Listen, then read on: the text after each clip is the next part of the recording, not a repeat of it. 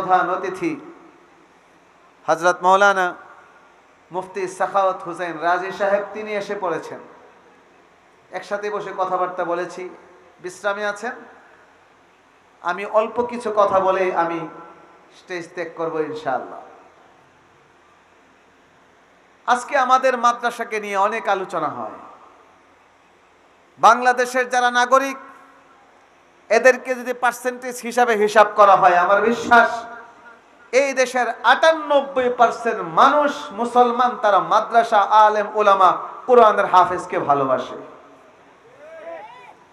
হয়তো 2% বা 1% মানুষ যারা আছে তারা মাদ্রাসাকে পছন্দ করে না, কিন্তু তাদের আওয়াজ টকশোতে বসে, মিডিয়াতে বসে তাদের আওয়াজটা খুব বড় করে তারা উঁচু করার চেষ্টা করে। এই জন্য আমাদের বাংলায় একটা প্রবাদ আছে, কার মায়ের জন্য বড় গলা? কথা বলেন না কেন? চোরের মায়ের বড় গলা। আজকে বাংলাদেশে বসে বসে বড় বড় বক্তব্য আমরা দেই, মঞ্চে বসে বক্তব্যের শেষ নাই। কেউ বাংলাদেশকে জান্নাত বানায় ফেলাই, কেউ বাংলাদেশকে অমুক দেশ বানায়, অনক দেশ বানায়। মাত্র 2 সপ্তাহ আগে আমি একটা দেশ ভ্রমণ করেছি। সেই দেশে মানুষ যখন জিজ্ঞেস করে আমাদেরকে, বুখারা শহর, ইমাম বুখারী রহমতুল্লাহ আলাইহি শহর, সেখানে একটা মাদ্রাসা আছে, মাদ্রাসা মীর আরব।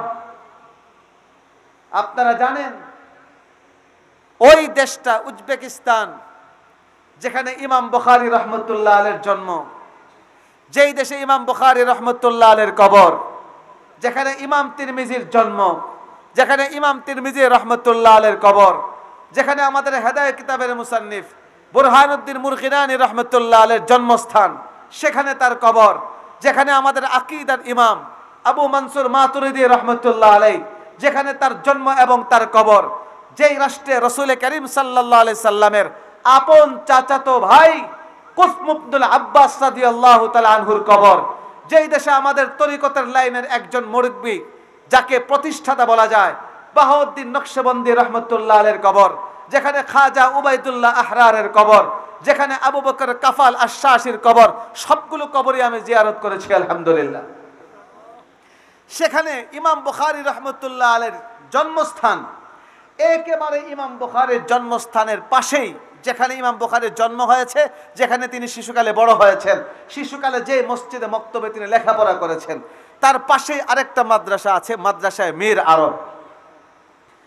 ওই মাদ্রাসা পরিদর্শনে গেলাম। তারা আমাদেরকে দেখে, লেবাস দেখে জিজ্ঞেস করে কোন দেশের।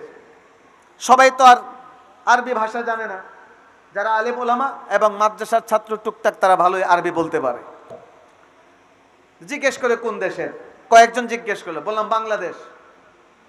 বাংলাদেশ নামে কোন রাষ্ট্র আছে এরা জানেই না, চিনে না। বাংলাদেশ কোথায়? হাদা ফিল হিন্দ। কয়টাকে হিন্দুস্তানের ভিতরে, ইন্ডিয়ার ভিতরে, ইন্ডিয়ার কোন অংশ?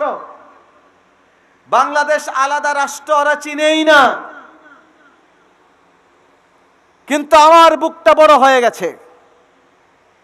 আমরা যখন কথাবার্তা বলছি ছাত্রদের সাথে, দূরের থেকে একজন উস্তাদ বাংলাদেশ বলার সাথে সাথে উনি ছাত্রদেরকে বলছেন, আরে চিনছো না কোন দেশের মানুষ? যেই দেশে তাকরিম নামক একজন হাফেজ আছে। বুঝেন নাই আপনারা? হাফেজ তাকরিমের নাম শুনছেন? নাম শুনেছেন আপনারা? আল্লাহি খুদার কসম করে বলছি, আমি একা ছিলাম না, আমার সাথে আরো 2 জন আমার উস্তাদও ছিলেন। মুফতি মাহমুদুল হাসান দামাত বারাকাতুহুম, তিনি ঢাকার একটা নামকরা মাদ্রাসার মুহতামিম। আমার সাথে ছিলেন মাওলানা তাহমিদুল মাওলা তরুণ মুহাদ্দিস। আমরা 3 জন একসাথে ছিলাম।